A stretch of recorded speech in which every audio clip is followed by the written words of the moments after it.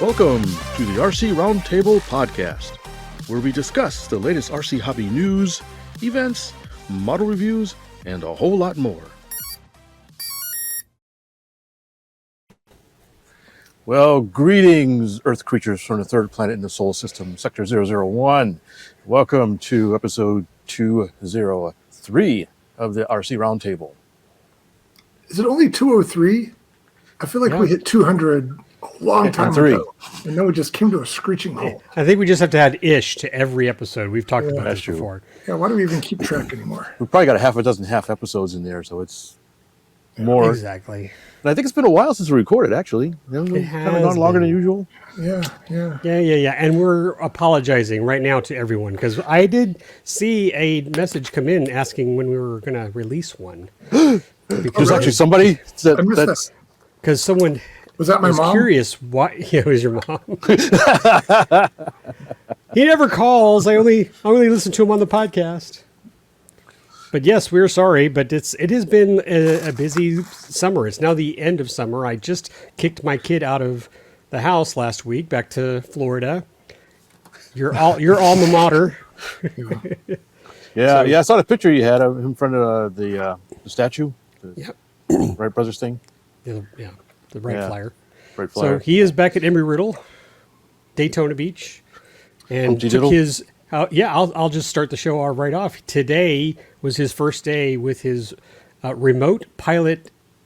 I don't know, like remote pilot something, but it's his Part 107. Part 107, and they add more stuff to it. But he at the end of the class, he'll have his Part 107. Okay, so today was his first day of a class. That is the class. Mm-hmm. All right, and at the end, there's a class for it. Interesting. Yeah, and there's other stuff. There's other stuff in the whatever. Right. There's other things that are taken for both full scale flying as well, I guess.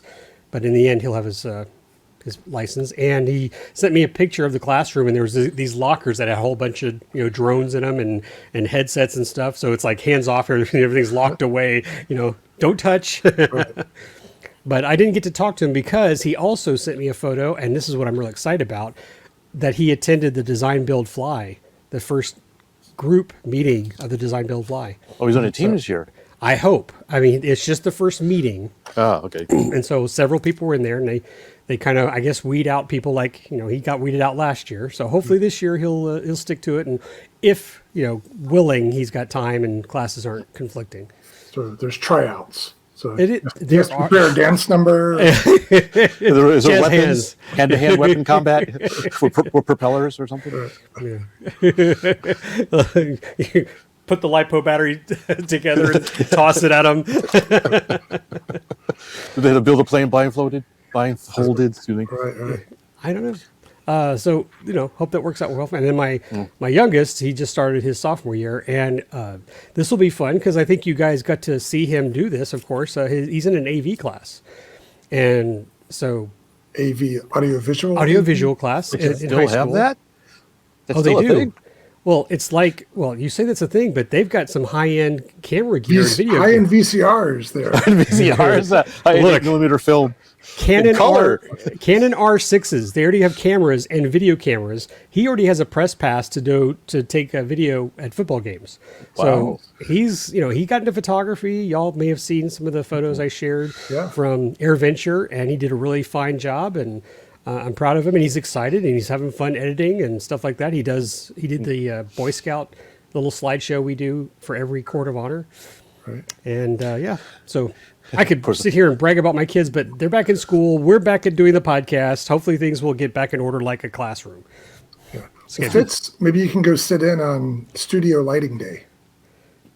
Yes. Yeah. Yes. It's an in-joke. Yes. Hey, I learn whatever I can. How to focus your webcam. It's focused. No. All right. Well, are we ready to talk about RC-related type things? I am if you are. Yeah, okay. Let's do it. All right. What's first on the list? New products. And typically we're scrounging to find new products to talk about, but I guess maybe because it's been so long since we did an episode, we had to whittle down the list this time to just a couple things. Yeah, We a bunch may of only stuff came talk out. about one of them. Yeah. So take it away, Fitz. You never asked my question. What was your question? Which one?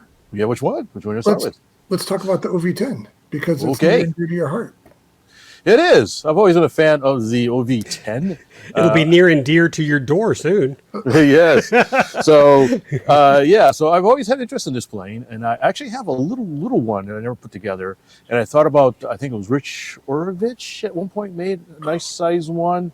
I feel like I think, yeah. And so I thought, well, that'd be kind of neat. And there's a few of them now from other vendors. And then Horizon announced that they're making, well, they already have one. They have the big, ginormous one. It's like 120 inches, I think. Something like that, at least. Yeah, and I've seen that at Bomber Field or somewhere fly around. But they announced that they're making an 80-inch one, which is, more convenient size. It's like fun size. More, still pretty big, man. Yeah, it's still pretty big. But it's what more. brand is it? Hangar 9? Yes, I think hang on. Hangar 9. But think about this: if you know what the OV-10 is, if those of you are listening and you know what the OV-10 is, an 80-inch wingspan for an OV-10 is pretty big because it's very clipped. Right. It looks That's like true, it yeah. needs an extra panel on each side. It's like the prop version of the F-104. Right. So they announced it, and not only that, it's in the California fire. What do you call it? The forest fire livery. I don't care how you pronounce it. Every time I say that, somebody goes color scheme. the color scheme. Yeah. Which is nice and easy to see, but it's a little more sporty, and it's instead of the typical military paint scheme. So when I saw that, it's like, oh, that's cool. So it's both dual powered, as in you can do gas or electric. It has plug-in outer wing panels, if I remember correctly. I'm sorry, but I just want to. Hey, Fitz, do one on each side. You were reading my mind. Just when you're done with the review, the bonus content is let's remove this 20cc, put this electric motor in, Or vice versa, yeah. ooh, Interesting. and then you idea. yeah, and then you can kill the electric motor and just freak everybody out. Yeah.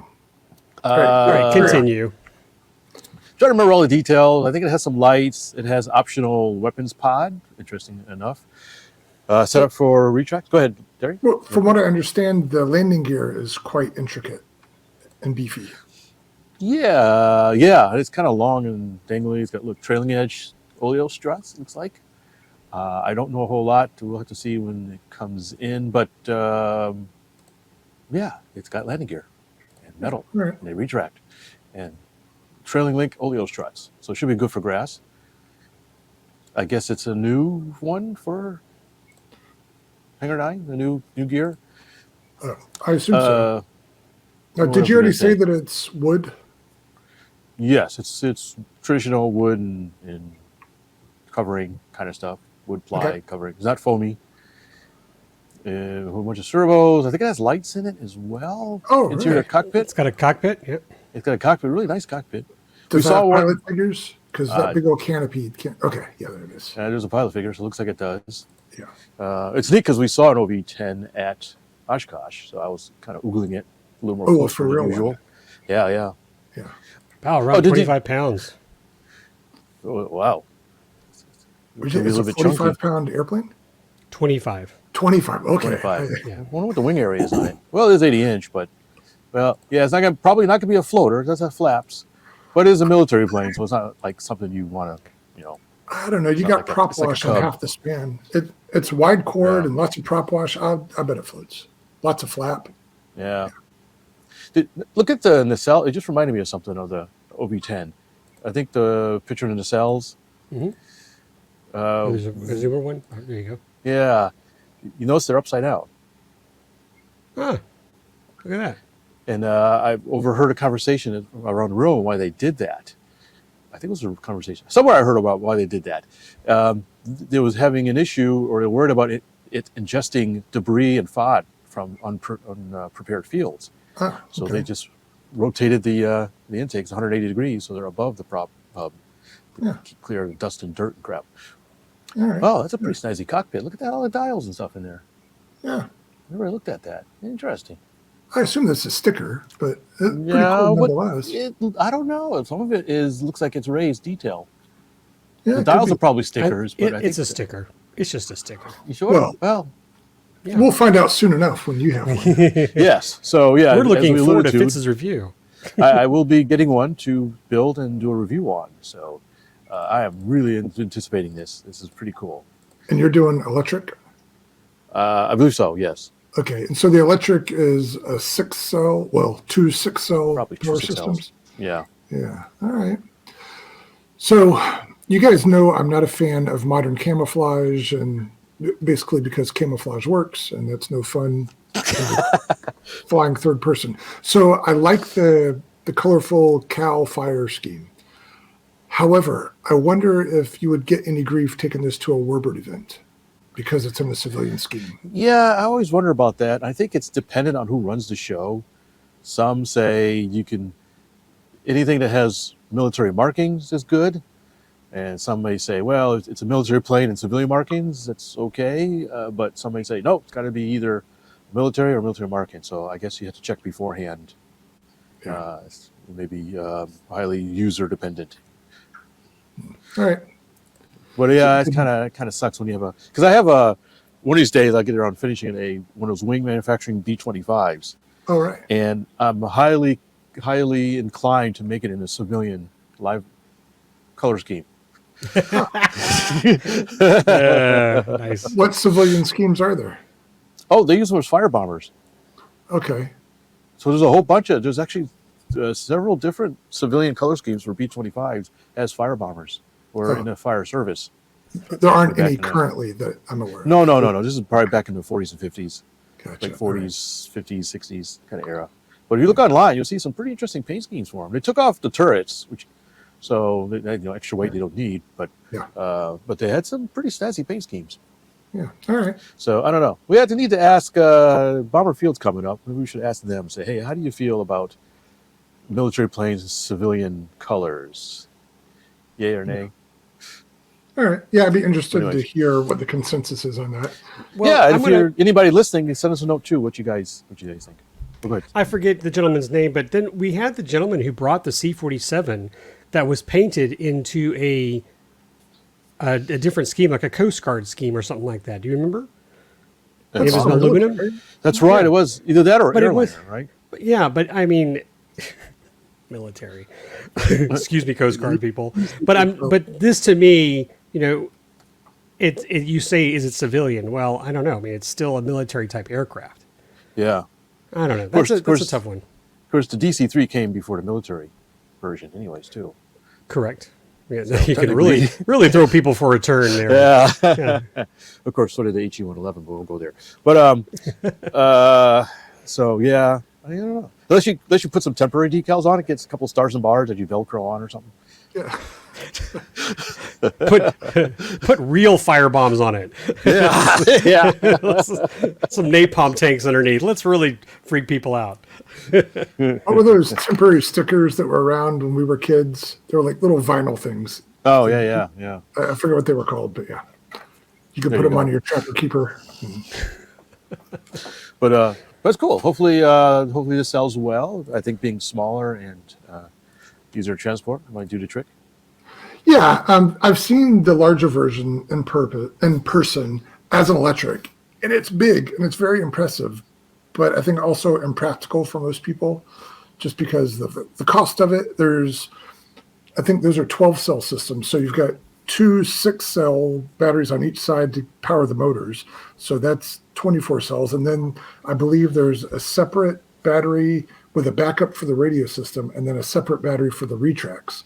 So that's 7 batteries that you're managing for this thing. I don't know if this one's any different, but even so, it's going to be a little bit smaller, but still big enough to be impressive, I think. Yeah. All right. So yeah, I'm interested to hear your thoughts on it once you've got fingerprints on yours. Okay. All right. Are we going to do another product, or are we moving on? We could do it. Let's do one real quick. Yeah. Let's do the The football? The javelin? the javelin. Well, kind of, right? Oh, I get it. Wow. Okay. I feel really dumb now. Too slow. Okay, but So I get it. explain it to the people who are not watching our hand movements. I was throwing an invisible javelin, an imaginary javelin, and Terry was saying football, Yeah. foosball. Did you throwing the hand grenades? The dart. So I get the play on words now, which totally flew over my head, no pun intended, up until this very moment. All right. So, yeah, you guys explain, because I'm a big dum-dum. Alrighty then. Well, our old friends at Old School Model Works came out with a new model called the Dart. And I actually checked. It is exactly half the wingspan of the Javelin. And if you're not looking, the Dart looks like a shrunken down Javelin. And the Javelin looks like a Javelin. So if you don't know what a Javelin looks like, you're going to have to go to the website. So this was kind of a surprise. I guess maybe he had a call for somebody who wanted a Javelin, but, pocket size. So they kind of went back to the CAD work and hit divide by 2 and came up with the... Or maybe he accidentally hit that one day. So, what can I do with this? Oh, it was an accidental thing? So I have a Javelin. In fact, it was a review model for Modern Aviation, I believe. It's a kit. These are laser cut kits. You have to build in the old school style. You get a box of wood that's nicely cut, and you glue them together and cover it, and you have an airplane. But I was actually really impressed how well my Javelin flew. It flew like a high wing pattern plane. It was really, really nice. And I still have it. It's hanging up right there, waiting for me to fly it again one day. So it was kind of neat to see a mini-size version, which should fly equally well and be a little faster and easier to fly to build and perhaps transport. So it's electric. I don't know if does it have a gas option too. Sometimes he has both. Nope, this one just has electric. Interesting. So 100 watt power system, 2.3S, 30-inch span, so forth and so on. Only needs 4 channels, unless you want to do flapper-ons. And there you go. You guys have any comments on this? That looks pretty cool. I had no idea it was coming. Terry? So, Terry, you think you might end up with one of these on your workbench? I don't know. It's cool, but the reason I say I don't know is because I already have another Old School Model Works kit that I need. Oh, we got a Raven. Oh. Oh, you get the Raven. So that's the one we talked about when Mark was on the show. That wasn't the last episode. A couple episodes ago. Yeah. So I've already got a project in the queue in addition to my Eindecker, which we'll talk about later. So as cool as this Dart is, and I still feel so stupid that I didn't understand that a Dart is a miniature Javelin. But anyway, I'm with you now. You didn't have your coffee today, huh? Or in the last weeks. However, whenever really? this came out, it's been several days, if not weeks. Totally flew over my head. And then something about you guys saying it out loud in front of me, the light bulb went off. And Well, when he makes this one a 15-inch wingspan, it'll be called the Needle. Hint, Mark. the UMX size, yeah, that'd be cool. Yeah, UMX. All right, so that's my plan. I got this other plane I'm going to be working on. All right, you got any last words, Lee? Nope. I still got to finish the Mambo. Yeah, that's right. Maybe you take it out of the box. My AC's still dead. I have no desire to go in the workshop. So, all right. Yeah, that stinks. But hopefully I'll get to it soon. That can be a recurring theme for us. How Jimmy Kimmel said, we ran out of time for Matt Damon. We ran out of time to build the Mambo. I'm just starting the Mambo. Yeah. So, all right, moving on. Okay, what we got next? What's next on the list? I don't have a list, so I have to ask you guys. Terry has the list. Well, we should all have it. I just happen to be looking at it right now. Oh, I don't think you sent it out. Yeah. So we mentioned that we haven't released an actual podcast episode in too long, or at least outside of our normal schedule. But we have released something else, and that's a video that we put on YouTube. and it's the first of what we hope is many such videos. And we're calling it RC Rescue. And the idea behind it is, on this podcast, we talk about all this stuff that we get off Facebook Marketplace for me, for online auctions for Lee, and then swap meets mostly for Fitz. We get all this stuff, and then we play show and tell here, and then it kind of goes off into the background. So the idea is we want to bring some of these things to the forefront, talk about how we fix them up, how we get them working or prettied up to put on display, whatever the case is. We want to give you a little bit more background info on what we do to incorporate these things into our collections.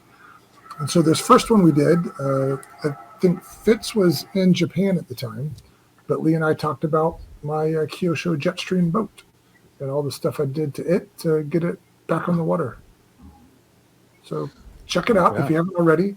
Give us feedback, because we're just kind of figuring out it as we go, what the format would be for that works and is entertaining. That's it. We're just making it up as we go along. It was fun. I thought so. Yeah. And I've got a huge backlog of stuff to do. And so we're planning on doing airplanes, boats, cars, whatever. And the sad truth is, you think we're all buddies and kind to each other, and we laugh all the time. Terry yelled at me earlier. I yelled at you. Yeah, you yelled at me because I mentioned I was doing a repair on a plane that I got secondhand, and you go like, "Why didn't you take pictures? Why didn't you do videos?" I was like, "Well, I needed to fix it." My story is that, and we'll talk about it on this show, and this is the kind of stuff I think we'll cover. But Austin got a secondhand E-Flight Trojan T-28. Was it E-Flight or Park Zone? The Air Force one. Was that still Park Zone? The gray one? I think it might have been E-Flight by the time it... Oh, yeah. So he has the silver gray T-28 Trojan. I have one, love mine, and he learned to fly the Trojan off of mine. But he picked up one. It was in pretty good shape. I think he flew it once, but hangar rash and Lee's... This is before they put retracts or flaps or any of that stuff on. That's correct. It's basically the same mold, just different color scheme. And the tail got damaged. I'm going to say I probably broke the elevator. That was probably me, but just wear and tear tore up the rudder. And so I did some minor repair. And what I wanted to mention on the show, which will just be part of what we talk about, is someone had asked, I think there's an Aero Scout. I think it's called Aero Scout Only Facebook group. Did you guys join? No, I sent me the link when I was busy, and then it fell off my radar, but I need to do that. I don't have an Aero Scout. Well, you need to get one. So the one of the questions that came up was, what can you paint, that foam with? And I just want to say, for me, it was just easy to go get the Apple Barrel acrylic paint. Apple Barrel. You've never used this stuff? Never heard of it. I'm teaching Fitz something. That's the stuff you get from Walmart or Michael's. Yeah, it's great stuff, man. It's Can tons of colors. Yeah, you could, yeah. You can absolutely. I've done it. You can thin it with water and airbrush it. Yeah, so just for quick foam stuff, yeah. Sorry. Yeah, there's tons like the gray. Yeah, I mean the gray stuff good. I basically made a gray with just black and white, but just the Apple Barrel stuff is so easy to accomplish. And I just used a foam brush to put it on the elevator.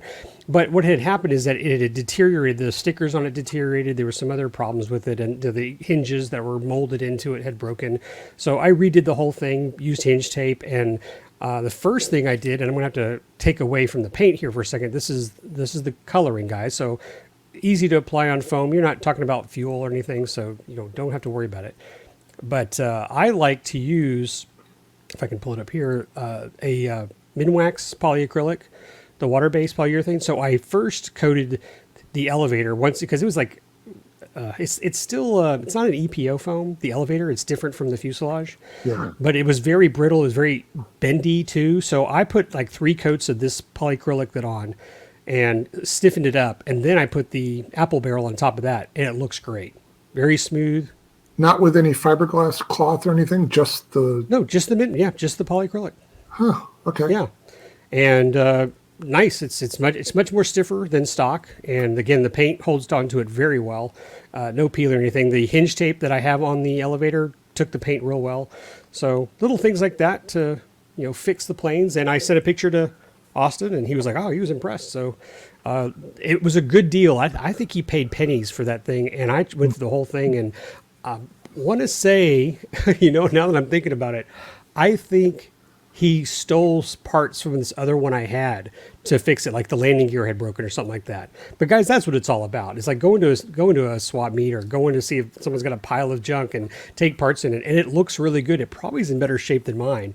But I ran up the motor, checked all the servos, everything lines up, it's all bound. So I'm going to go take it for a spin, check out my handiwork.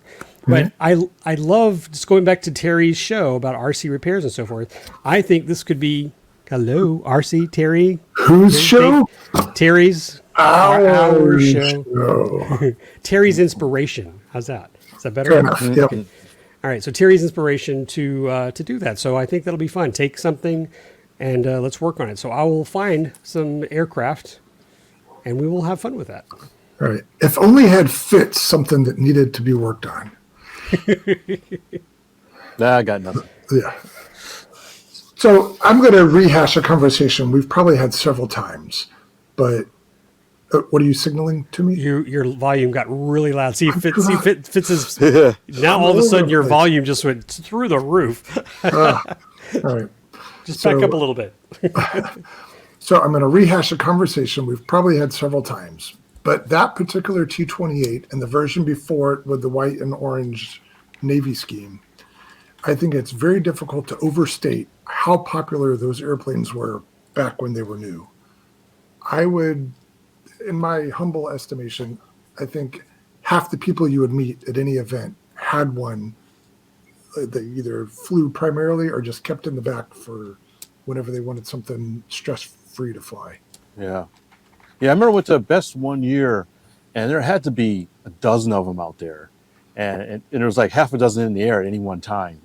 They were really, really popular. All painted exactly the same. Yeah, usually. Well, there's one that was painted a different color. Of course, Terry, you massacred one, didn't you? Remember? Massaged one, yeah. Massacred. Don't you have it? I have pieces of it, yeah. Oh, no, what happened? It kind of got discombobulated when I moved. Oh, okay. So, but I still have most of it. I think it's behind the tables in storage, but yeah. I'm sure we've talked about that before, but basically I made it a tailless flying, well, just a tailless airplane, not a flying wing. Chopped off the tail, added some weird stuff, gave it elevons. It flew pretty well.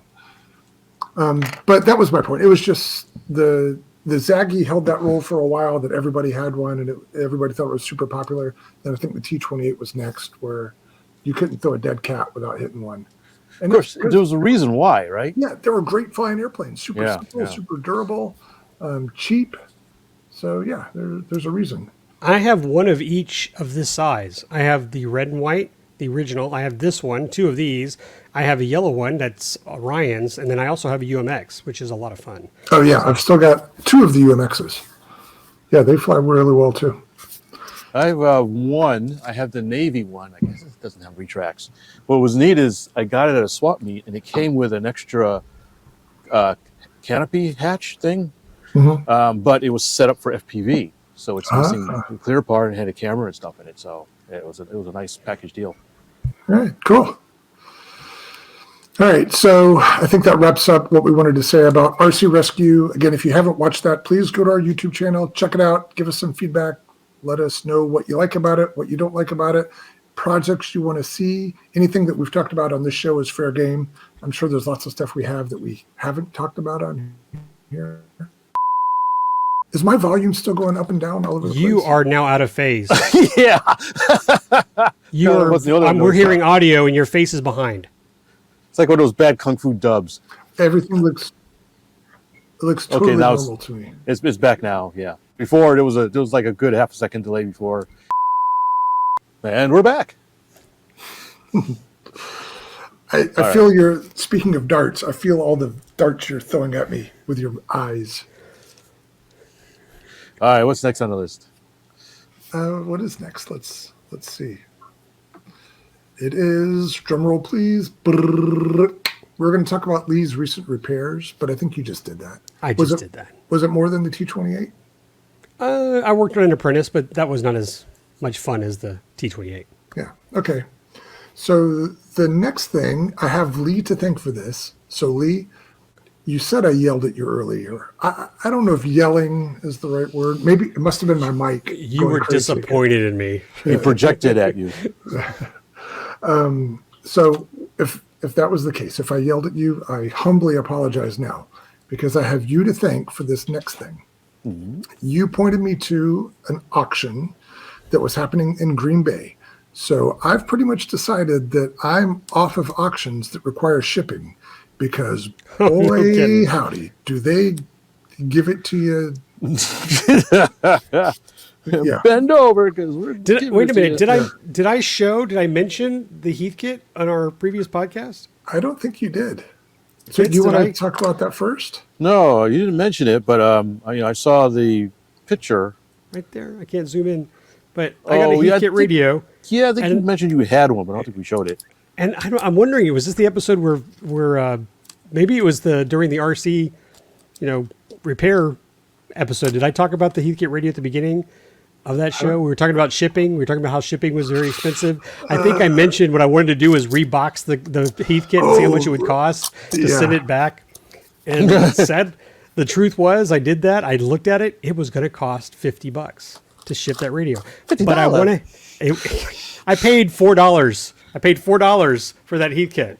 I paid $50 to ship it to me. But it's crazy. But I want to say the people at the store did a wonderful job. It was wrapped meticulously in bubble wrap, double wrapped, and had edges around it. It was not going anywhere. So, I would say $10, $15 of that was just the technique of wrapping it securely, not getting the sticks, like pushed down into the stuff. So kudos to them for getting it here so safely. But woo, yes, shipping is just kind of, don't forget the shipping, folks. I wonder what carrier they were using. Yeah. Go ahead, Terry. Sorry. Well, and even on this one, the what's the charge? The handling charge or something? No. The commission? The commission or the auction fee, whatever it is. Right. Even that was 20%. Oh, what? Yeah, what? I might be lying. It was either 15 or 20. Anything over 15 is a turnoff for me, man. That's just, you can't ask more for 50%. But because it was local, I wasn't too worried about it, because I ended up getting these things for a really good deal. Okay. I may have been the only bidder on one item and only one other person on a different item. Anyway, I'll show you what I got. And it's not a surprise because I did post some stuff about it on our Facebook page. But speaking of old radios. Look at that. The mule. Yeah, a single channel. And whatever finish they put on this, it makes it look textured. That is pretty neat, yeah. Yeah, it's just flat. And yeah, so that part's pretty cool. But this thing looks brand new. I was worried that the antenna wasn't with it, but when I rummaged through the box that it came in, I was able to find the antenna. I'm going to assume that it works, but maybe not. I'll have to take it apart and put the power to it. Did you get any receiver parts for it or anything? Oh, just you wait. See, that is very loud, by the way. You're doing the antenna right next to your microphone. Don't yell at me, Lee. I'm just sharing with you. The audience is going, what the hell is he doing? Yeah. Can you tell what kind of batteries it uses? No. Escapement. I haven't taken it apart yet, but I will. Okay. So you were asking about receivers. So it's all kind of tied together. So here's a control air receiver that I assume goes to that control air transmitter. And interestingly, I was expecting escapements, but it has these aluminum OS servos. Oh. And even stranger, there's two of them on here. I assumed it was a single channel system. So I'm sure there's some of you out there already yelling at your radios because you know why it's set up this way. But the receiver has a battery holder on it, and then a giant switch and two OS servos. With like really old OS servos. Yeah, these things are beefy. I mean, they're not terribly huge, but they're obviously old, single, like aluminum wheels. Anyway, neat stuff. So I fully intend to see if it works, just at least on the bench. I think it'll be cool. There's some wires that I'm not sure why, but they're loose. I'll figure out where they go, or I won't. But also in the same box. Terry, What? you're banging everything on your microphone. It's. I'm just telling you, and we're hearing just clank, clank, clank, like.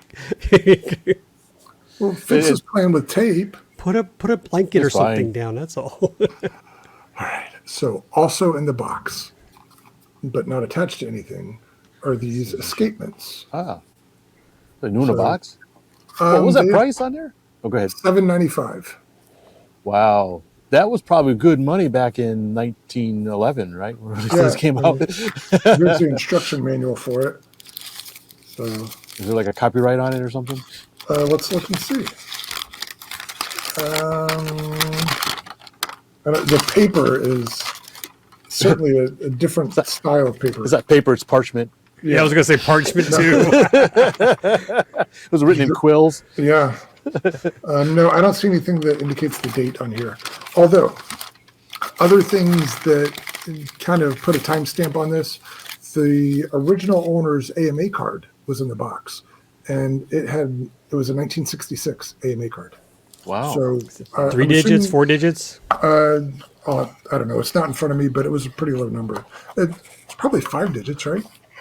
4 or 5. I Interesting. don't remember. Yeah. Interesting. So there's this escapement. There's what's called a throttle escapement. I don't know what the difference is. Maybe it's just bigger. But that appears to be new in the package still. Or it's for the throttle? I guess. I don't know why. It seems like that would be lower stress than a control surface. But anyway, and then another one of these SE2s. And then stuff, the manual for the OS servos with like a wiring diagram. Anyway, some neat stuff. Yeah, yeah. So I was real tickled with that. And there was a whole box of stuff. I could go through it, but it was like the stuff I like looking in a time capsule. And a part of it that I forgot until I went to pick it up, they said, "Oh, this is yours too." I'm like, "Oh, cool." I didn't even realize that. Where is it? It's right here. This gold brick. This. Oh, we got a model. Look at that. It's Is that a Goldberg? The Goldberg That's- Skylane. Oh my gosh! I've got the big brother of that in my attic. Yeah, and it's Interesting. in remarkably good shape. There's no holes in the wings. I'm pretty sure it's silk span. There's that's a my next Cox question. motor on the front. With a broken gold- prop. With a broken prop, but Just put counterweight on the other side. I don't know if you can tell, but it's all gold anodized. So what Yeah, version would that be? I believe that's just a gold anodized baby bee. It's got a big tank, no throttle, but a big tank. So anyway, I was hoping you could help me figure that part out. Yeah, I think I have one of those gold ones around here somewhere. But the neat thing about it, or one of several neat things, is it has an escapement installed here. And so this was flown as rudder only with an escapement. That's Oh, cool. wow. How it's still in one piece is beyond me, because I think the life expectancy of this stuff was not great. Okay, so have you already had ideas in your mind what you're going to do? Come on, I see the gears turning in your head. I have ideas. My initial idea is to make it fly as an electric, and I would make it a 3-channel airplane. So I'll give it throttle, I'll give it an elevator, but that still gives me the option to fly it as a single channel by just ignoring the other channels if I want.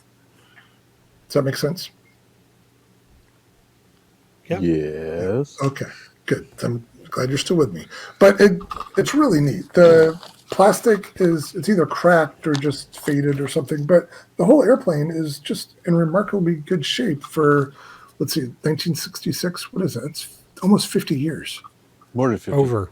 Is it? Like Oh, yeah. Over 50s. That's why I'm not an engineer anymore. So, yeah. Just really cool. And You've got to show that to Tony. oh, yeah. Yeah. Tony would love that. Yeah. Yeah, I told you a story about Tony had a single channel plane, Cox powered, that he brought to an event. He let me fly it for a bit. Okay. Well, I flew for about 30 seconds and the engine quit. But I'm just thought to look. There's a little bit of a warp in the wing. So maybe you can Oh, heat it. Yeah, how do you I do just- take a warp? Go ahead. I just found a hole in the silk span too. Oh, apparently it used to have struts. So I'll have to fix that. But anyway, minor stuff. We can figure that out. So what's the fuselage made out of? It's painted balsa. It's okay, because it looked Probably more painted with fabricated. fuel-proof dope. Yeah, interesting. I would assume. Does it the engine turn over? No, it's frozen solid. Okay. Crockpot time. Yeah, crockpot and antifreeze. So I imagine that as one of our episodes that Fitz comes in there with a seized motor and shows us how he loosens it up and gets it running again. Well, you know what? You send him that motor, and there's the episode. Yeah, okay, sure. As if Fitz is low on motors. That are seized. Well, I can send it back. No. I did have another airplane I wanted to talk about real quick, and since we're already talking about old airplanes, I don't think I can reach it, so I'm going to take my headphones off real quick. And then we'll do some interlude music here.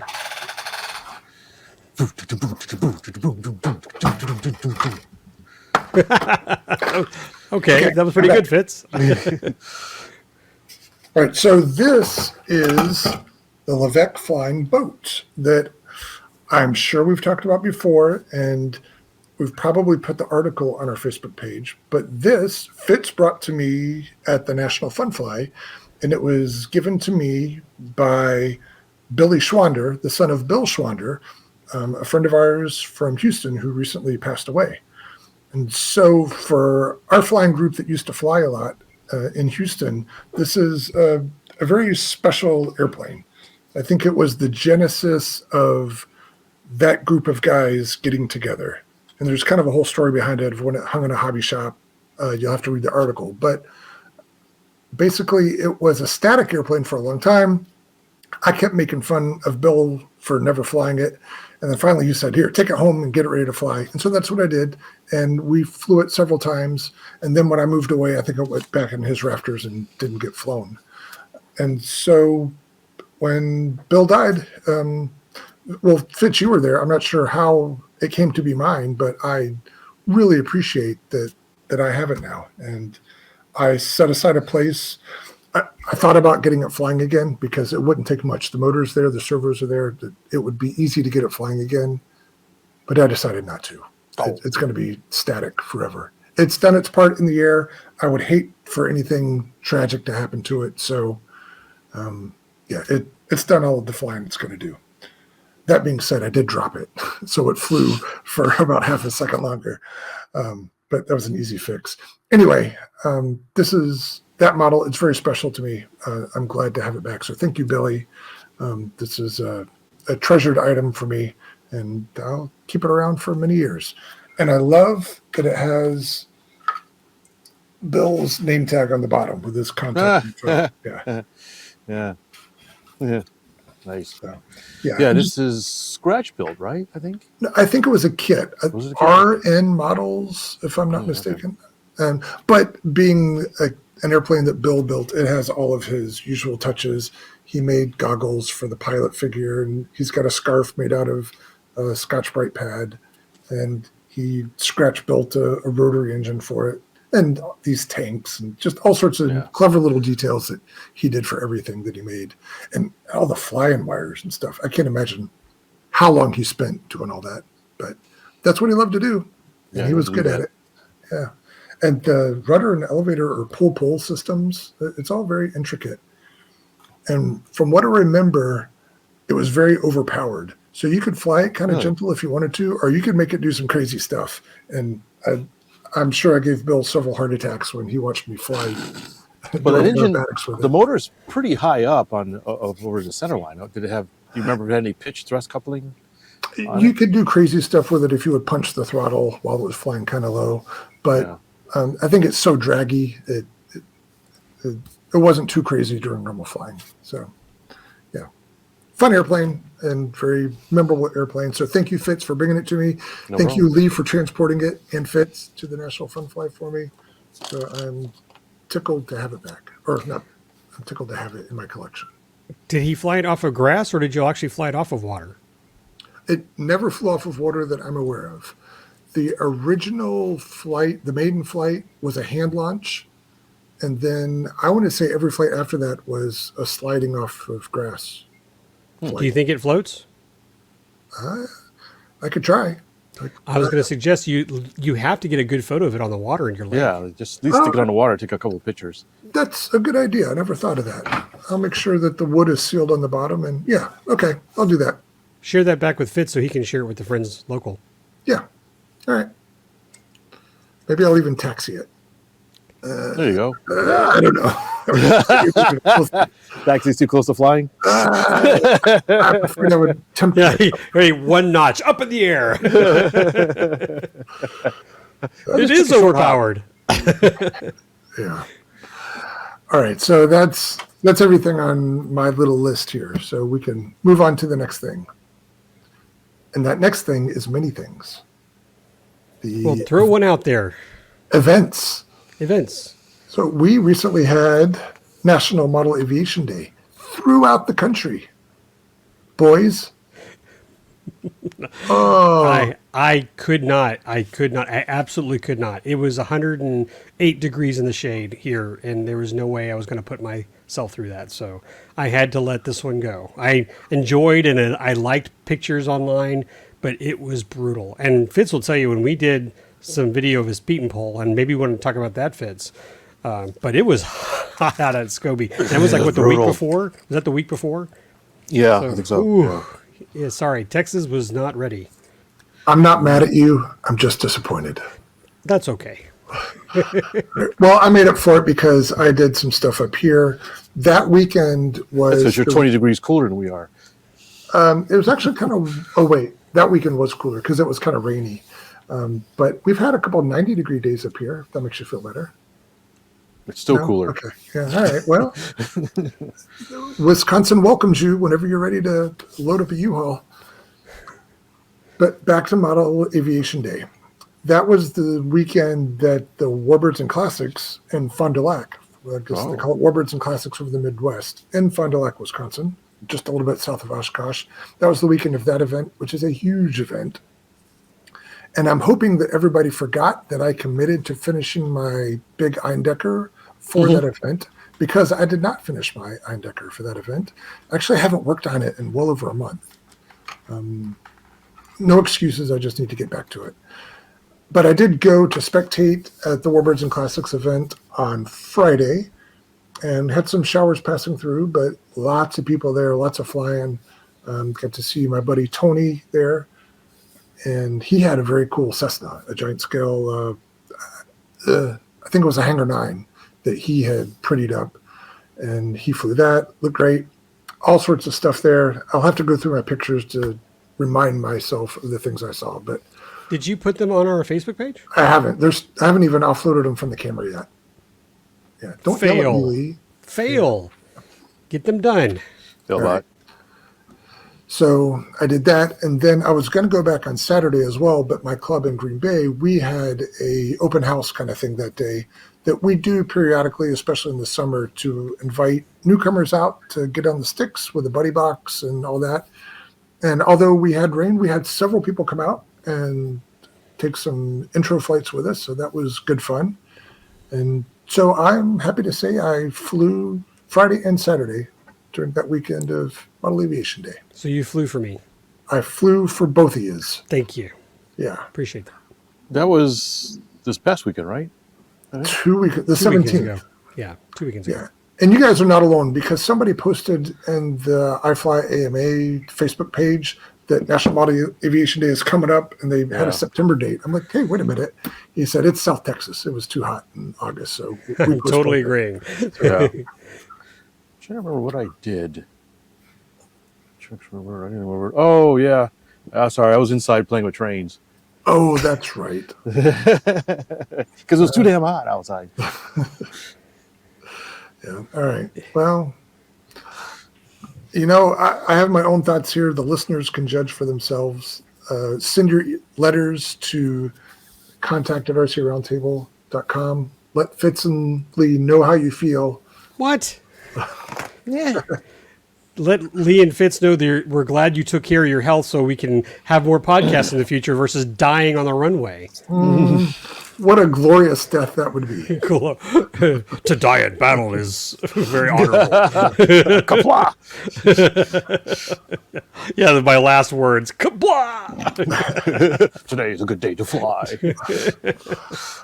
All right, so I think that covers all the previous events. Let's switch over to upcoming events. And the first is going to be Bomber Field. Bomber Coming to Bomber Field is coming up. 19th, looks like. 19th through 22nd. Something like that. Something Just like come that. Saturday. Everybody Yeah. else, all the goofy people are coming before, but yeah, come Saturday. That's the best day. It's the day. But Fitz and I will probably show up on Friday, right, Fitz? Yes. If Come hang out at my house. Stay at Chateau Le Ray. Yep, Chateau Ray. Come here. Okay. Yeah, sure. Let's get our butts up early and head out Saturday. You bring in something? You bring in a really cool warbird? Yeah, especially if I can get it started. Oh, the Bearcat. Yeah. Oh, yeah. But you did get your starter adapter, right? I did, but it's going to be it's a two-person job. I couldn't do it by myself. I think you'll find somebody to help you. Oh, Yeah. okay. Well, yeah. We'll see Okay. if I can get it ready in time. I thought you'd I was already also- started that engine. No, I hadn't had a chance. That's a big 3-cylinder Sato. Yep, the Sato 90 3-cylinder. That he Gasoline? got Yes. at an estate sale because of this guy. Yeah. Thank you. It was awesome. And I got a little piece. I didn't think about it. I've got A I was little talking- piece. That's the back plate, the back that's the back washer. plate. Yeah. Oh my God! Look at the size of that sucker. Oh yeah, that's pretty big. That is. Well, I mean, when you think about seeing those on a little 4.6 or something. Yeah, well, that's true. Put it over your eye. It looks like a great eye patch. Arr. You will be assimilated. So this one's special because they apparently this is an aftermarket thing for I think CH ignitions, and they repositioned the magnets for the ignition to provide better idle and low. Oh, low that's speed right. running. We talked about that. Yeah. Yeah, so everybody I talked to about it is like, you got to get this, you got to get this. I go, okay. And I even talked to Chris Wolf, the RC geek. He's got a Sato 60. He's just posted a video of his. He put it in a T28, and he said the same thing. He says, yeah, get the different ring, How pop about off that? the old one, and it provides a better running engine. So okay, I haven't put it on yet, but here it is. So right. so hopefully I get that ready. I was trying to get something else ready. I don't know if I'm going to get it ready or not. I'm getting so much stuff. Hopefully, maybe might be ready as well. A little surprise thing. All right. Are you going to be doing any emceeing? For those of you listening at home, watch the video and see Fitz's reaction. I have no idea. Okay. Maybe. Well, It's a I mean, definite just- maybe. If as a part time, probably they'll probably just give him the microphone. Yeah, I mean, I'm willing to do it. Usually, who was the other person? Was it Barry? Randy Larson. Randy. No, Randy does too. And I thought it was somebody else too. Another guy sometimes does it. Well, Alan Martin used to do it a long time ago. Oh. So, well, anyways, if they need some help, I'm willing to do it. Sure. Okay. I don't consider myself great at it, but Oh, you are. Fitz is entertaining as heck. although I did find out that I may be doing it at Wings Over Houston again. Okay. Yeah. Don't forget to get me passes. Me and Ryan. Who, Don't what, forget. where, huh, who? Yeah, Don't you what you're know. talking about. I don't know nothing. You need the AV team because he'll bring one of the cameras. He can rent out a camera from the school. Yeah. Oh, really? Yeah. Yeah, he can. So do it. We should say that he's getting pretty good. I saw some of his pictures from Oshkosh. It was some nice looking stuff. Yeah. Did you see? I mean, I'll pull it up here. Did you guys see his MiG shot on my Facebook page? I am so MiG? proud of that shot. That's I'll bring it up here as soon as I can pull it up here. Give me a second Migojevic? here. I love this picture. Of course, I could. Why is this not zooming right? There we go. Okay, so for those of you listening at home, go watch this. But look at that picture. Pictures. Well, he took that? Yes, Holy crap, that's great. it's an awesome picture. Right, Wow. right. And I was standing next to him, and I actually said, "I hope you got that," because I was saying I would have been taking 800 pictures of that flyby because he was going just in front of the smoke cloud. Yeah. You know, Yeah, and you gotta. Everything else was gray. The whole sky was gray back then. Yeah, He so that's- just I was nailed that. Gonna say that. So for those listening, there's a really nice shot of a MiG-15. Looks like, or 17. 15. 15, I believe. Oh, that might be a 17. It's got extra. All right, 16. Anyway, 16. Big 16. So, anyways, yeah, I think it's a big 16 because it looks like there's an afterburner. So, 16, 17. So it's going from left to right. He's got it framed almost perfectly. It is. Well, what's interesting is he's got this cloud in the back. And it's almost like a surreal picture where you've got a black and white background and a color aircraft, and you see a flame coming out the rear. It's all very clear and very, very nice. That's a fantastic very shot. Black smoke. I assume they did like a gasoline explosion or something. But the black and white quote unquote background helps highlight the aircraft in a way. Yeah. too. Oh yeah, the contrast is the contrast is really neat. It's almost like one of those surrealistic films, Now- Schindler's List or something. I'm going to pat myself on the back. First off, I was his instructor. It was my camera, and I did Photoshop this, meaning I had to do some cropping and stuff and tweaking the image. But he got this picture. It's very nice, and I'm very proud of him. It's in focus. I mean, that's him. Yeah, being able to do that's that great. clear. And he had a big smile on his face when I showed him the final version. Yeah. And I think that kind of inspires him to do more. So anyway, but yeah, we got some pictures, and I can't wait to see the pictures from Model Aviation Day, Terry. You should make that our cover photo. I could, but it's my cover photo right now. No.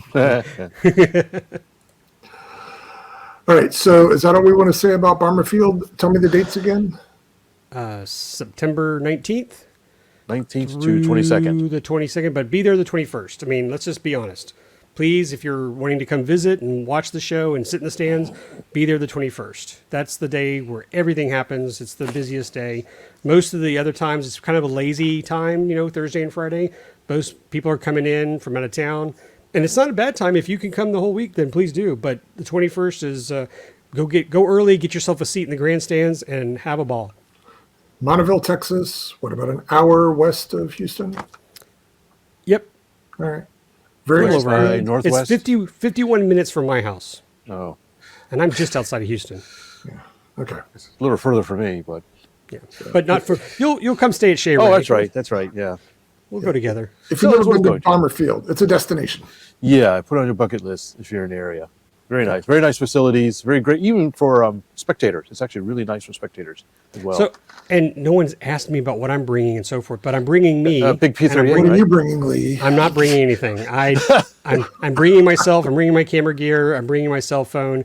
Hopefully, I'll do some live streaming. Fitz and I have always done. We've attempted to do live streams from there. We've had some issues with the heat one time. I think last year the heat was so bad my phone just kept dying. yeah.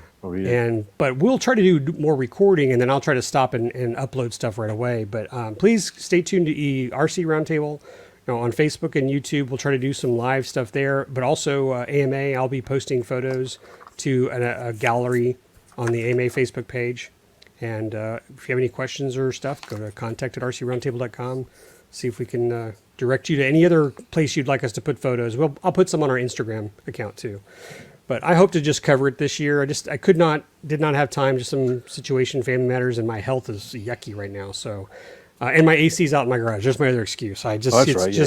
It was 95 when I got back from Wisconsin. It was 95 degrees in my workshop, and I was like, yuck, it's not Like a good. Salvador Dali painting in there. It's just dripping onto the ground. Oh gosh, what a wake up call. But it's okay because I've always enjoyed going to Bomber to take pictures and video. And one thing I was telling Fitz is I'm probably the thing I want to work on is a new shoulder mount for my camera. I have one right now that I bought, a kind of expensive one, but it does. He's holding a javelin again. That wasn't a javelin. You laugh, but I've seen people use rifle stocks for that. Well, you're absolutely right. But I was sitting there going, how can I mount the Sony camera? It's a little camcorder. It does such a great job, though. It looks silly, but it's such a good camera. I want to create a shoulder mount, and I might have to put a strap that holds your shoulder, it holds it down. So I'm going to work on that and just, jimmy rig something and hopefully be comfortable to wear that and do some video. Because I was telling Fitz, I want Fitz to bring this around. Fitz invited me to video his Pete and Pole. We had a blast. That was a great video. It's up online right now. Go to youtube.com/@hobbyview. And, there's several parts of the video. Some good, funny parts. I like his editing. And it's just lately, it's been just difficult for me to stay. Fitz is flying, he's having a ball, but I can't stay 6-7 minutes, following Fitz in the air. My shoulder just, isn't there. So I was like, I want to adapt so I can continue, longer recording. So hopefully if you guys see me there, look for the goofy guy with this, 2x4 shoulder mount. With the shoulder mounted bazooka. Exactly. Well, Fitz, do you have Ryan's number? Oh, His shoulder's in good shape. Sounds like I'm going to need it. hey, I might have to just hand it off to Ryan, but I'm hoping he'll be there. So cross my fingers. He'll get to go. Because the sad truth is it's Austin that loves Bomber Field. Yeah. When he was here, he and I would go every year. And so I kind of feel bad for him. But Does he get around to some of the fly-ins in Florida, Ryan? Austin? Hey, well, let's jump right there. Because coming up in November, the first week in November, is the new or return of Jets over Deland. Oh, it hasn't been there for a while? It hasn't been there a while because it turned into Florida Jets. Oh. So Deland, Jets over Deland had turned into Florida Jets. Florida Jets is now canceled. They canceled it this year. And so now Deland has taken it back. And they did this all this year. Like they took it and planned it, and now it's scheduled. It's sanctioned. It's Austin's club, exactly. And so Austin will be working there. And I've already talked to the president of the club, Michael, and said, hey, you put him to work. He can do FPV. He can take pictures and stuff. You just let and they are going to get all members on deck to do this. And Andy will be there. And if Fitz is still agreeing, I invited Fitz to go with me because I'm going with my wife to go see Austin, but document the show for AMA. So the Andrew you speak of is Andrew Griffith, who's Andy Griffith, district VP. Andy Griffith, yes. Yeah. And he said he'd bring me a plane or two to fly, so can't beat that. All right. Nice to have friends in sunny places. All right. So I've got questions. We've talked about before. That club, Deland RC Club in Deland, Florida, is 10 to 15 minutes from my parents' house and where I went to high school. So I know it well. But I thought they were having FRIA issues because it's on site at a full-scale airport. Did you guys get that conquered? The FRIA exists, so they got the FRIA. Right. The only issue with the FRIA that started, and forgive me because for me anyway, it only happened this year, is that this is not just a FRIA, it's a remote ID exemption. Okay. And with the remote ID exemption, they have to request a Lance, I guess. Because of the airport, they have to require like a TFR. It's not a TFR. NOTAM? It's a NOTAM. Thank you. I was like, why? It's not that. So they have to do a NOTAM every 30 days. That is a requirement by the FAA for this particular site. There are about a handful of other sites that also require it. And it used to be you could do a NOTAM for an entire year. And then the FAA canceled that. And they said now it has to be 30 days. But I was talking to the president, letting him know, hey, this is what you're going to get. And they were happy they got it. And the good news is he called me back when I was chatting with him about Deland, Jets over Deland, that when they make the call to renew it, he said, now that they're on file, they don't have to add anything new. They just have to call. And they said, it's like 30 seconds. They just say, who is this? What report is it? You need another 30 days. Yep. You're good to go. Bye-bye. Right. And he said, it's nothing. He said, if anybody's complaining about it, it's such a minute inconvenience. It's not worth it. And he goes, and you get another 30 days. So, 12 calls a year. Right. The flip side of that is, what's the real value in it then? Oh, because they're just blowing it off? Well, if it's so easy to do, if it's just an administrative hurdle, is it actually accomplishing anything? That's a whole other discussion. We should show up on electronic airman, what do you want to call it? I mean, they can see that there's a NOTAM. Right, that's the result of doing that. But if they're just copy and pasting every month. I see what you're saying. Yeah, it's... Oh, it absolutely. Yeah. And I'm with you. It's just, government overreach, if you want to say, but it's FAA bureaucracy. But again, they get to fly, no remote ID, at an airport with full-scale planes, and all they have to do is make a phone call every month and continue on. Yeah. Thank you, sir. May have another. Yeah, I guess I should mention that if you didn't catch that, the Deland Air Club flies on a closed runway at an active airport. Right. It's a nice field. Yeah, it's very nice. Been there for a long time. And Austin loves flying there. He loves Yeah. it. And it's just a straight beeline from Embry-Riddle. Just that one highway takes them right there to the club. Yeah, I remember it being easy to get there. And the SAE event is held there as well when they have the Correct. East Coast dispersion. Yeah. I remember it most because when was it? 2008 or something. I should remember the year. Maybe it was 2009. Anyway, my mom and dad were involved in a motorcycle accident, and they were both injured very seriously. So I spent a few weeks in Florida helping to take care of them. And going out to that RC field was my escape from the pressures of that. And the guys at that club welcomed me in. They let me fly their stuff. It was a super welcoming environment. And I will never forget their hospitality in that. But the only thing is, special. if I remember, sometimes the winds can be a little wonky there. Is that right? Or am I Well, they're missing surrounded by tall trees, so maybe you get some turbulent. something? Yeah, but- maybe that's it. And it is I a don't- north-south runway, if I'm not mistaken. Yeah. I don't remember anything crazy about it. Okay. I remember, I don't know if they still have it, but on the far side, because there's a row of trees, they had a two-dimensional outline of an airplane. Yeah. Do they still have that? This is what 6 feet looks like at 400 Yeah. feet. It gives you I a don't visual know. reference of how far away your airplane is. Yeah, the last time I was there, it was still up, but I don't know. I always ask thought that was kind Austin. of funny. I'll ask Austin. Yeah. But Fitz, do you think you'll get to join us? I'd like to. There's a good chance I will. Let me know once you solidify your plans, and I can work around that. I'm going to be working on it. So, Cindy's excited because she wanted to go back and visit him, and Yeah. her goal is to find a bed and breakfast near the shore. So Okay. I said, "You find it, I'll stay there. Fitz, you're on your own, kid, but we could probably share a Well, ride." I should mention I have family there too, so I'll probably hang with them. You should look for a bed and breakfast in Casadega, Florida, which is right around the corner. Never heard of that. It has a reputation of being haunted. Okay, So does that make it prices cheaper or more expensive? Hey, I'm just saying, it's been on the Travel Channel several times in their Halloween specials. But if you go down there, there's lots of fortune tellers and things like that. And no to- thanks. all right. I don't think Cindy's going to go for that. But thanks for playing. Okay. yeah. So So, hopefully, I'm just going to say, hopefully, guys, in November, you'll have some content from Fitz and I at Deland. no, you're looking at it wrong. Hopefully, they come to see you. So September, come see them at Bomber Field. Bomber Field. In November, go see them. Nope. In October, October. come see us at Best. Oh yeah. We haven't weekend. talked about it yet.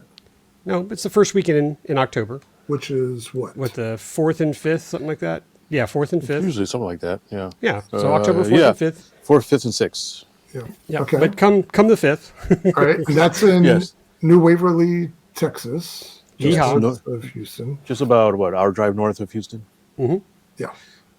And then in November, come see you guys in Florida, in Deland. Florida. What are the Florida. dates for that? I don't know. What are the dates? 7, 8, and 9. 7th, 8th, 9th. Okay. Thank you. So roughly a month after. Okay. So you have a month gap between all these. Your roadies and your fans can follow you around like a I Grateful mean, Dead tour. Fitz's fans. Yeah. Nah. No. I'm just going to be the bearer of a Sharpie for him to use when he has to sign people's chests and Some arms. cleavage and Yeah, exactly. Cleavage? That's Fitz's bingo card. The new one. Fitz signs cleavage. butt cleavage doesn't count. Yeah. Oh, yeah. My luck, that's going to be it. Let's be specific here. All right. And for me, thank you for asking. I'm going to be at the Neat Fair in September. And It's an anniversary too, right? So the it's the milestone? 25th anniversary. That's right.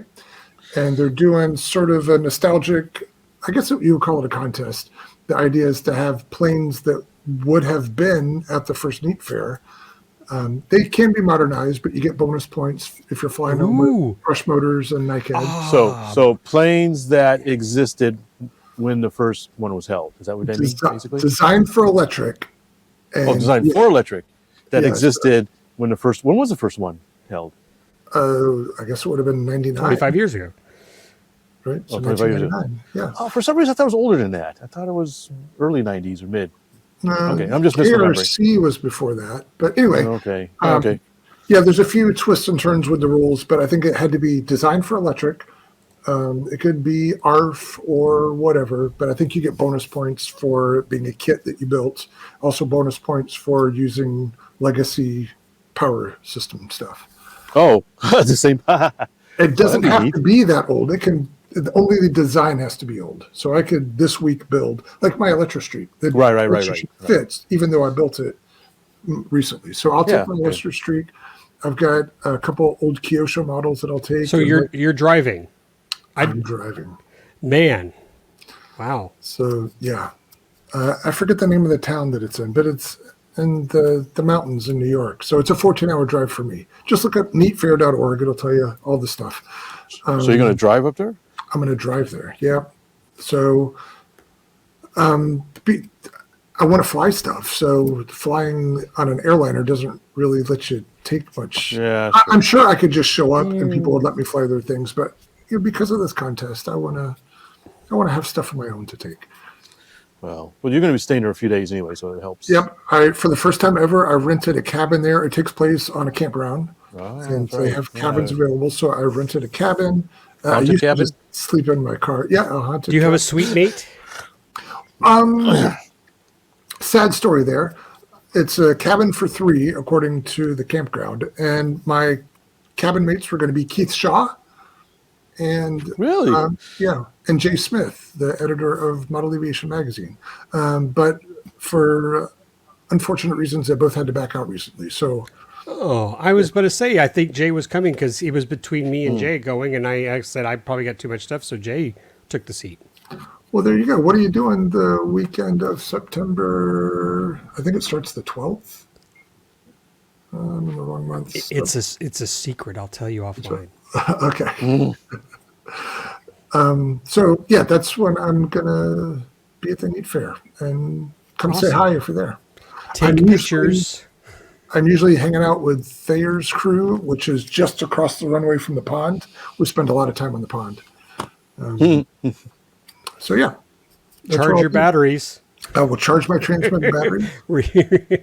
So would the Levesque be a candidate for? No, it will. I'm not even sure it would qualify. I would have to find the old kit to see if it was designed for half A initially, or rubber or something. Oh, right. Just has to be something specifically designed for electric. Yeah, I believe that's how the rules read. Okay. Go ahead. You took that breath. It wasn't on topic. I saw something behind Fitz, and I was like, "Oh my gosh, we need to bring this up." But I'll wait. Okay, so let's summarize our events real quick. There's Bomber Field, there's Best, there's Neat, there's Florida Jets. What else did we forget? That's enough until next podcast. We'll repeat this again. Okay. So yeah, come see us at those things, please. Come say hi. Please, yeah. And I forgot to tell you guys. So I was in Texas last week. I didn't get to come see you guys because it was Of course not. a whirlwind trip. I took my daughter back to school. She goes to school. You'll drive 14 hours to Neat, but you won't drive 3 hours to visit Fitz and I? I didn't have a car. You know the deal. So my daughter goes to school in Texas. Enterprise. Excuse me. Are you done? Are you quite finished? You just broke my heart. I just want to say, even Cindy said, "Why isn't Terry coming to visit? He's in Texas." Sorry. Continue. So I found myself in San Antonio with a few hours to kill before my flight left. New York City. So I met up with our buddy George Wilson and had breakfast with him. He showed up wearing his I Know Fitzwalker t-shirt. Did he really? Did you get a picture? No. Oh, my God. You were the worst. What? You were the worst, Terry. So sorry, George. I'm even wearing an RC Roundtable shirt now. What's wrong with you? I know. I'm terrible. But that was my first time meeting him in person. Did you know he was wearing it? I mean, but before you showed up, he said he was going to wear it, or did you just see it on it? He just showed up wearing it. I bet that was hilarious. Yeah. I had a good chuckle with that. You know what? I want to interject here real quick because you actually are making me think about this even more. I was like, I went to Fitz's channel, that doofus, and he's got all this Hobby View flair that he's selling on Etsy or something. So I'm asking those who are listening or watching, what RC Roundtable bling do we need to offer our fans? Do we need to have a better shirt that says "I know Fitz Walker," or what does yours say, Terry? Again, I'm with Fitz. Yeah, something like that. Who's the other guy? That's will be my shirt. I'm the other guy. But do y'all want mugs? Do you want shirts? Do you want hats? I mean, do you guys want some RC Roundtable stuff? Let us know. You have the memory of a goldfish, Lee. Remember that we designed and produced glue caddies with our logo on them. And Well, did Fitz deliver? We gave them away. Did we market them though? We talked about making them available to the general public. So that's what we came up with before. So But Fitz's sweatshop was probably like closed for business. He was working on his Hobby View laser etched caddy trays. Did I see that you have another laser cutter now? See? Yeah. Yeah, it says Hobby View. Yeah. Where's the RC Roundtable one? Fitz. Yeah, you're right. Actually, I have another one now. Okay, see, you can double production. There you go. Yeah. All right. So also glue caddies. If y'all want some RC Roundtable glue caddies, we'll get Fitz to make them and sign them. How's that? I think our initial idea was we'll have a batch of them so we can donate them to events as raffle prizes or whatever, for best especially, or Florida. Good whatever. point. That's a good We've idea. got all these events. Hey, I've got 2 weeks before I leave for best or for neat. So Yeah, he's gotta do that. And I've got what one do you here. say? you sent me or brought me one, and so I could donate that, and you could backfill it. But if you want to send me a few, I can donate them. Anyway, Yeah, maybe one for Bomber. yeah. So anyway, Hey, Fitz, wait. Fitz will know what this is about. They have and forgive me for my buddies at Bomber, but I'm just going to call this out. It is a silly raffle method at our club where they, like at the last day when they're finishing off raffle prizes, they draw a number and they say, take anything you want from the table. And the trivia is, what's going to be the last thing someone's going to leave on the table because it's the worst gift ever. And I mean, it may have been like a bag of screws or a pen. Just, no one's picking that. They're going for the CA, they're going for the epoxy, they're going for the tools. And, so we've got to make the RC Roundtable caddy and just see if it's the last thing that's taken. As long as it's not, we know we're good to go. I would hate to disparage anybody who donated stuff for that, though. I know, but if you pen epoxy, just saying. Right. If it's all in good fun, I'm on board. Yeah. So Still winner. And I don't think I've ever won anything at the Bomber raffle. Never, ever. I don't think I've ever entered. For all those years, all the years I've gone, I don't think I've ever won a single thing at the raffle. Yeah. Maybe it's my year. Maybe I'm due. There's some good. Hey, by the way, speaking of promoting Bomberfield, some great prizes, and I'll just thank Legend Hobby right now. They do a great job for sponsoring the event and promoting it out the wazoo. If you're on Facebook, you've probably seen 800 ads for it. But it's a really fun event, and but some of the prizes have been good. Fitz, I don't know how many years you've been going, but there was one year they had a large B-17, large. And then another, like the next year, they had a huge C-47. And I was like, oh man, I would have loved to have that C-47. It must have been at least 90, 100-inch wingspan. Oh, nice. Yeah. Wow. Yeah, it was mammoth. Yeah, I wonder what they're And gonna then have this year. there's one year they had a fully built B-25 with engines. Oh. Yeah. Yeah. Some good stuff. There, Yeah. There are some good prizes. I digress. all right. Well, that was the last thing that I had on our agenda, I believe. So are there any follow-ons, any circles, any comebacks? What? You in front. Hey, thank you. Lee from the RC Roundtable podcast. I have a question for Fitz Walker. Hey, Fitz, do you have the helicopter nearby that we brought back from Wisconsin? Is it in your arm's reach to do No. a show and tell? Because I don't think we had a good show and tell, but that was so interesting to see. And I just don't know if it's not closed, don't worry about it. No, Maybe sorry, for it's next not. show. I was cleaning out some space in the garage, so I moved it to a different location. So I'm looking behind your head and I see the blue one. I think that's the one I got for you from Georgetown. That's the cricket. Yeah. So isn't that the one I picked up for you? Is that the one from Georgetown? Or did I get that from Terry? No, I Where did didn't get do the the cricket cricket. from? Okay, I so picked that one up. I picked up two for you from Georgetown. maybe that's what you got from Georgetown. Yeah, But it was just such a basic little helicopter. I just thought it was interesting. I mean, it is. No, the that should be cricket's a classic. no, but your other one, the You're other one talking I was about the talking about, Shark, the one you brought back from here. the one I brought, Oh, the one I right, brought right, back right. from Wisconsin. Yeah. It's all nuts yeah. and bolts. Yeah, It's just- I just what they think were it'd be a back good then. show and tell. I think it's a great show and tell for people just to see how things were Yeah. built back then. Sorry, yeah, those things were more contraptions than models. I think I saw some Tinker Toy items in that thing. Erector set. Exactly, Rector set. Excuse me, even better. So yeah, let's pull that up for a show and tell next time. Hey, Fitz, do you want to talk about that toy behind you? What is that, an Oscar? Or Oh, that You- that is a Hayate. It's not- What was it? It's not an Oscar. Key 84. What was the American name for that? Not the George. It was I don't remember. Oh man. will you start getting it out of the box or whatever, and I'll look that up. No, it's already out. Oh, okay. Well, where is it? Right here. Okay, It's a different color. Yeah, it comes in a couple different colors, and I got the gray instead of the olive drab one. That's a- I think he's outnumbered me on zeros versus lightnings. This is not a zero. I know, but it's like Frank. but Japanese. Is it the Frank? It's a Frank. Okay, Frank. So this is the Key 84 Frank, which is a pretty rare model to see modeled. And this actually came from Temu. Have you heard of them? Yeah, they have a reputation for half-assing it. So this is going to be a review.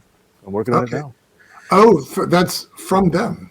It's from Like- them, yeah. Like you're doing the review for them. Okay. I wouldn't say for. Well, kind of, sort of. But yeah, yes. He's This keeping came it. from Temu. Yeah.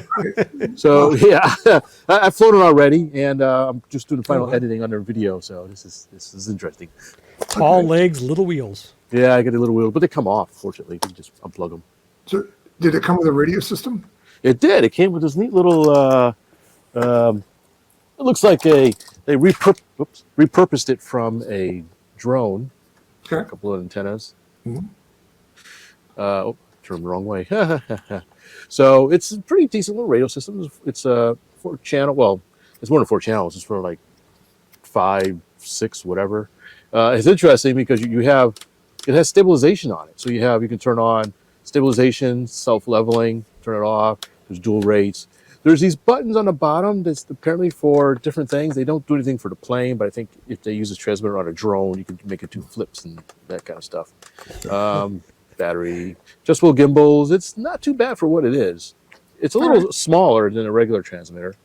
Yeah. That's about the only thing. But it has adjustable length gimbal stalks, a couple 4 AA batteries. So it was a whole kit. It came with the transmitter, battery, just basically bind. Well, I wouldn't say bind and fly. You had to Under assemble 250. it. Was that Under 250. the price? 250 grams. Oh, I haven't weighed it. I had to weigh it. Because I don't you're know. saying RTF, and the first thing in my head that went off was remote ID. Yeah. I don't know. That's a good question. I have not weighed it. Just because that's a good topic of conversation. If it's over 250, does it have a remote ID already built in? Because isn't that the rule don't with know. RTFs? That's the first time I've seen an RTF since the whole remote ID. Really? thing. Yeah. Everything I've seen has not been. You do have to, screw the tail on and stuff. I mean, That activates the remote ID. yeah. So I don't know how RTF is RTF. Oh, I see. So they make it so the rudder's off, and therefore you have to assemble it. Yeah. The rudder and the elevator was off. Oh, and the wings maybe were that's the off, okay. caveat. And the prop was off. So yeah, Not quite RTF. not quite RTF, but Do very, you think Temu's tuned in to those requirements anyway? I know. I doubt just it. Saying. Just saying. I mainly got it because I so- thought it was interesting that it was a Key 84. It's funny, on the website, it doesn't say what it is. It just says remote airplane, fly good, or something like that. Well, I Like- wonder if there's licensing things where they can't call it what it You is. push Yeah. buttons, smile afterwards. Because I saw that, it's like, wait a minute, that's a Key 84. And when I got the box, I don't know if you can see it in the back, it says Key Yeah. 84 on the box, but not on their Oh. website. Yeah, Frank, there it is. This is Frank on right on it. Does Yeah, it come so- with meatballs? I did not see. That's a good question. I did not see any decals with it. So yeah, you think I would have make a note of that? Yeah, there's no decals. Okay, so everything on there is painted? This is all painted, yes. Okay. So the anti-glare, the yellows, the tail, and the side is all painted, but I did not see any decals. So I don't know if it comes with them or they got lost. I'm not sure. Okay. I mean, it's easy enough to get decals for, but there was also I did have either I lost them or they didn't come with some of the control rods for some reason. So I had to make my own. I thought was odd. So maybe that was with the decals. I'm not sure. Gotcha. Yeah. All right. Well, I'm These interested little to bombs come off hear. too. Oh, neat. So I'm interested to hear your experience with this because there's a lot of memes out there that make fun of Temu. Like, you're buying I don't know, a motorcycle, and then you get it, and it's like a little Hot Wheels motorcycle or something. Oh. Like the reality is different from expectation. So that just from this looks like a decent model. So I hope it turns out to be that. Yeah, I found this one interesting because most of the models they have on their site they're pretty primitive. Differential thrust for turning and maybe even climbing, that kind of stuff. But this one actually has servos in it and had a transmitter. And I said, "Wow, that actually looks like a real model airplane. Let me check it out." So, all right, you'll see in a few days my thoughts on it. So have you flown it? Yes, I have. Oh, It's already flown. All right, so no sneak peeks here? It flies. It's still in one piece. It's still in one piece. The first flight almost wasn't, but it was really my fault. So, but yeah, it spoiler a little bit. It flies okay once you do certain things. Okay, fair enough. So all right. Yeah. All right, that's a good lead-in to make everybody watch your video. Yes, watch the video for the full story. For the full hour. I think we've just completely missed out on a great marketing piece for you, Fitz. On all your videos, you need to have a little slide that says Fitz tips, and then just goes over all the little suggestions you make on the aircraft. Just one page, a little splash page. And now Fitz tips. You actually touched on something I have been thinking about a little bit. Maybe at the end of the videos, having a summary, almost like some YouTubers have done it, where they have a set things that they always look at for everything they do. And then so like, how was speed or finish or ease of handling or something like that. That you say, hey, absolutely. You have a scale, and you say, like I know a car guy does it. He says, yeah, this is a such and such car. Here's how it handles. Here's how the fit and finish. Here's the excitement you get when driving it. And so it's like, this scale, I rate it a 2 out of 5 for looks, but a 3 out of 5 for handling. This gets 5 X-Acto knives. Well, yeah, 5 X-Acto knives. The fit score. It gets 5 Fitzes for handling.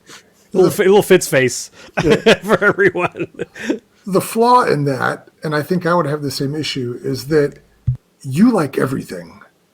And you find the good, I think, in everything. So it's just one wing was longer than the other, but I just saved it. It was fine. 5 stars. So yeah, I think it would be hard to be objective on lots of things. I mean, I try not to be Pollyannish, but yeah, I think if I did that, I may have to be more critical on things. Yeah. Again, it was one of the things that I've been pondering, but I haven't been committed to it. What I think is we should create an RC Rescue episode that talks about how you modified and tweaked things to bring the stuff to your liking. Just saying. That's interesting. Possible. Yeah. Can you say crossover? Crossover? Yeah, we welcome Fitz. Hey, this is Hobby View. Fitz from Hobby View. Over to RC Roundtable, Fitz. Marvel and DC. Right? We'll be the Joni Loves Chachi to your happy days. Wait, bad example. Oh my gosh. How about the Mork and Mindy to your happy days? We'll be the Frasier to your cheers. Okay. Okay. Are we out of stuff to talk about here? I think we're out of stuff. Are we done? Lee, why did I think there was another thing that you were going to cover that I can't remember now. I think you went over the list. Yeah, but something popped in my brain. Well, I mean, one thing we didn't talk about was Fitz's fantastic flotilla of fun. That's the one. But I just figured we're going to hold it off for another day. But Fitz, if you want to give us a quick summary and end the show, let's do it. Sure. All right. Well, two things. In fact, they're right here. So you can show and tell. It was Submarine Day for me at Fitz's Fantastic Flotilla of Fun. It's an event. He said it. Yay. I know it's been a long time since I've heard him say it without any hesitation. It's stuck now. Yeah, dang it. So it's a low-key event I have every once a quarter, roughly. So, every 3 months, something like that. And so we have a local pond here that's really nice. And I invite people. It's no cost, well, for the most part, to come out and just have some. We just got to float our boats. Lee's been there a bunch of times. I didn't go this year. I'm sorry. This is the last one. And it's neat because it started just from our own club of model airplane guys. We just had some boats. And now it's expanded to people coming from other cities. There's a guy that comes down from Dallas pretty consistently. Wow. And and we had another guy, a new group of people that came from, it's got to be at least the Woodlands, which is pretty far, fairly far north of Houston, and around Cypress and wherever an area, and of course the local area. So, and we always have a neat collection, motley crew of boats of all types. Never have the same ones every time. I mean, there's some ones that show up a lot, but it's always a different mix of stuff. And it was, despite being a little warm this past weekend, we still had a pretty good showing. Of course, Bob, what's his last name? Martin. Is it Bob Martin? The guy from the RC Sub, Nautilus Subworks, Nautilus Dry Docks. I don't think I've ever met him. You never met him, really? No, I don't think I ever met him. I know you talk about him a lot, and didn't we have that photo where he brought in like a ladder-size submarine one time? On our show before. He's been on the show. Yeah. Okay, whatever. Anyways, so he was I there? Was I awake? So please dub over. Was I on cold medicine? So him and his buddy, he showed up with a couple of neat things. He had a Russian. This is funny. So apparently the Russians had little PT torpedo boats during World War II. And of course, being Russian, they're totally unlike anything else anybody else had. Yeah. And so the boat literally looked like they took a seaplane float and turned it into a boat.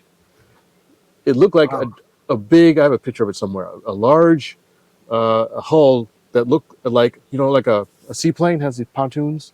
It looked like, imagine one of those, but with a little bridge thing, and the torpedoes were in the back. Now the torpedoes in the back slid out the back. They didn't shoot out the side or in the front like a normal PT boat. They came out the back. Basically, think sliding the torpedo out the back, and the torpedo's facing the boat. So leave it to the Russians to have a torpedo boat, which is probably more dangerous to the launcher than it is to the enemy. Right. But it looked beautiful. It's pretty big, and it ran pretty well. He had the James Bond Lotus submarine, the Lotus car that turns submarine. It was running. That went pretty well. We had a guy had a steamboat. We had a guy had a catamaran sailboat that was pretty nice, and just a random selection of stuff. And so I brought a couple of things. I had things I've been working on. I finally got around, Lee, to getting my flying sub. Yeah, it's not finished. The motors in. I put the new motors in. So I got the new pump drives. That thing glue came off. I got to reglue them. So these are the new, more powerful pump drives. And so I brought that out, and it works. It finally is working really pretty good, relatively speaking. So I drove this around quite a bit. I have some pictures of it underwater. The turning is adequate, not the greatest at turning, but the pitch worked good, and I got it. Got enough foam and weights in there that I got the buoyancy just right. So I was having a good time with that. Now I just need to finish it up. I need to paint it, add some lights, maybe missiles, maybe part of interior. I was thinking of putting a spot for like a GoPro camera or something in there as well. That might be kind of neat. Is it differential thrust for turning? Yes. So you have two 12-volt pumps. Basically, they're just pump drives. And there's two exhausts in the back. There's little flap things that move for pitch. Oh, nice. So here's your pitch. There's a waterproof servo in there, and there's a differential thrust. There's two speed controllers. I have two batteries, and so just by adjusting the thrust, it causes it to turn. And it works well enough, but it's not going to turn. It doesn't turn on a dime, but it's enough to tool around and have some fun with it. Are those pumps reversible? Yes, but the speed controllers are not. They're just one. They're some old Castle Creations Pixie 20 brush speed controller, so they're only in one direction, which is fine. I didn't really need a reverse, but I guess reverse might help the turn. That'll tighten up your turns. I bet that would. I guess I have to think about Really, that. you think so? They're pretty close together. I don't. Those exhausts. Yeah, ports, the whatever, exhaust would be. Yeah, it probably just wouldn't too work as close. well as you thought.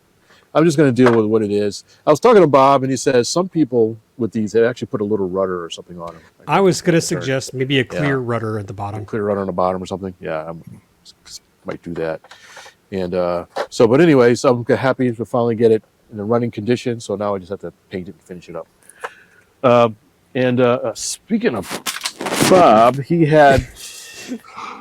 Speaking of dropping things and running my mic a little bit. One other thing, real quick. I got this from him. He had picked up some. Excuse me for a second. Sorry, I got some submarines, and he was selling them off some stuff. And I saw this, and I said, "Oh, I gotta have this." And so, something called the Aquanaut. Cool.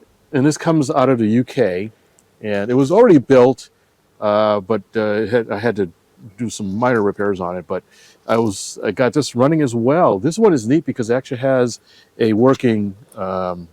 it needs a SpongeBob in that cockpit. Yeah.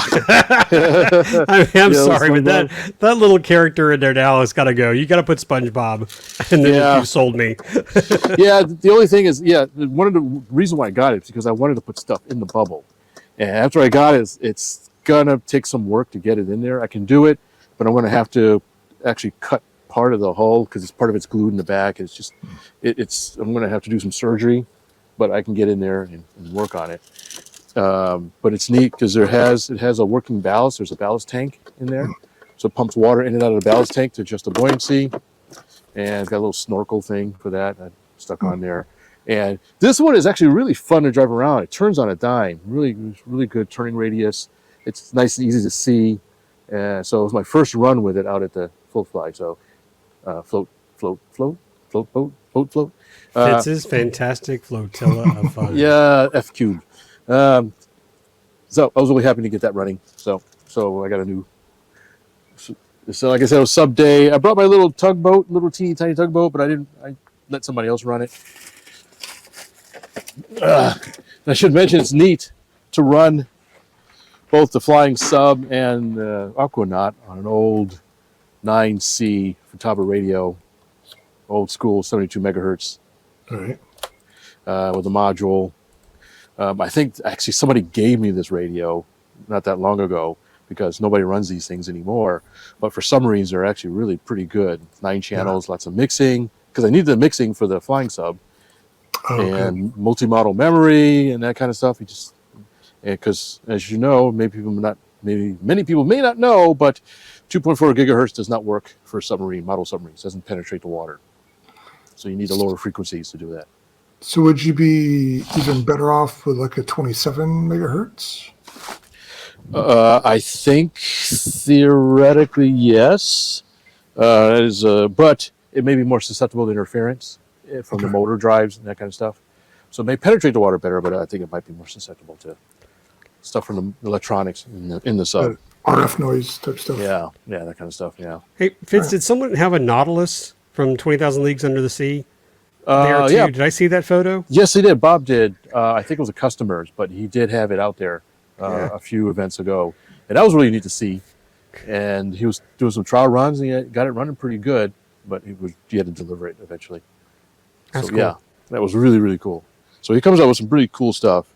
Is it NautilusDryDocks.com, Yes. I think? Check And him his out. name is Bob Martin. Bob Martin. So I was right. That's what he said. Yeah. And he has 3D printed files if you want to 3D print your own submarines and that kind of stuff as well. If you go in there, and he's got some interesting designs and that kind of stuff. So, like I said, he's been on the show. If you haven't heard him, check back our backlog. We had a great conversation with him. I didn't take that much this time, but I like to rotate boats. So next time I may take the sailboat out and the time before, I took up my Corvette, not the car, but the boat, plastic model Corvette, Q-ship kind of thing. I got plastic model conversion that looks really cool and works really well. So, all right, cool. anyways, now I think I posted the flyer for that one. So look out next time if you're in the Houston area. I'll post another flyer when the next one comes up. Probably, what is today? This is August, maybe October-ish. I think will be the next one. Should be much nicer weather. And that's don't interfere with Best. No, I won't. It'll be after Best. Lee will have you whacked. Yes. So that's all I got to say about that. All right. Maybe I'll bring my Victoria. There you go. Yes. It hasn't seen water in a while. Really? Yeah, I'm bring it out. All right, I'm cool. still I'm half in the market for a Dragon Force 95. Kind of looking on and off for one. But those things aren't cheap, man. People are proud of those things.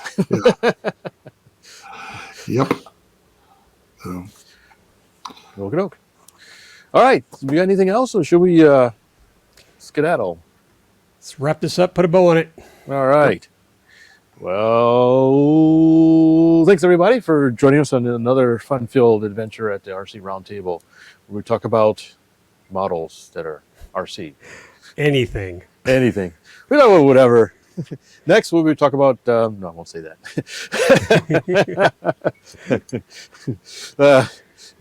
We won't talk about violin tuning. So, I lost my train of thought now. Any comments or suggestions? Send us to contact@rcroundtable.com. We love to hear from you. We always get some great stuff from people, giving us great advice or interesting information. We love to hear it.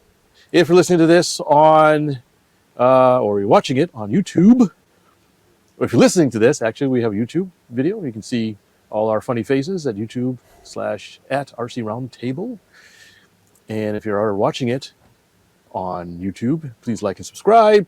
And if you're listening to it on a podcast, please give us some feedback, or at least give a like to say, hey, we like this podcast. Give us the more. best. Yeah. The greatest. All right.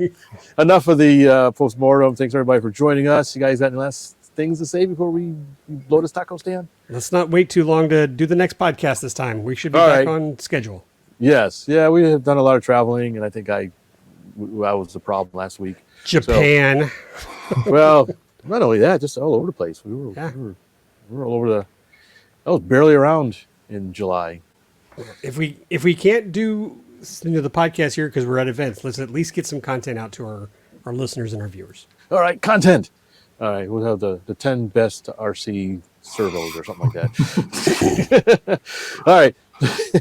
Okie doke. Thanks, everybody, for listening, and we will see you next time. Please visit our website at rcroundtable.com. That's where you will find all of our podcast episodes. You can also find a little bit of background information about the show host and leave comments and suggestions about the show. There are links to a few of our favorite vendors and also links to our various social media accounts. Thank you for watching and listening.